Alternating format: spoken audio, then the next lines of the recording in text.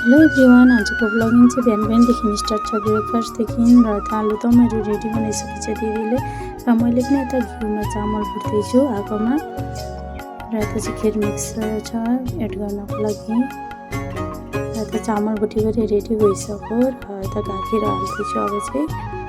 र यता गाखिर पनि एड गरिसकेर अब चाहिँ खिर मिक्स एड गरिसकेपछि यता खिर पाक्न चाहिँ आँटिसक्यो।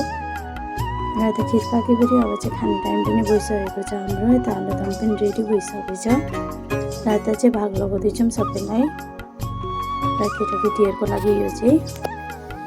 र केटाकेटीहरू पनि बसिसकेको छन् खाना भनेर र हामी चाहिँ भाग लगाएर दिँदैछौँ। र यता चाहिँ केटाकेटी अब खाँदैछन्। दादालाई चाहिँ साह्रै टेस्टी लाग्यो अरे र दादा पनि बस्नुभएछ खाना भनेर। र यता हामी पनि बाहिर गएर बसेको छौँ सबैजना।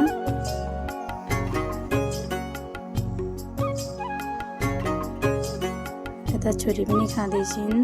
छोरीलाई पनि साह्रै टेस्टी लाग्यो अरे र यता सानो बाबु पनि आफै खान्छु भनेर रुँदै खाँदै आफै खाँदै गर्दैछ।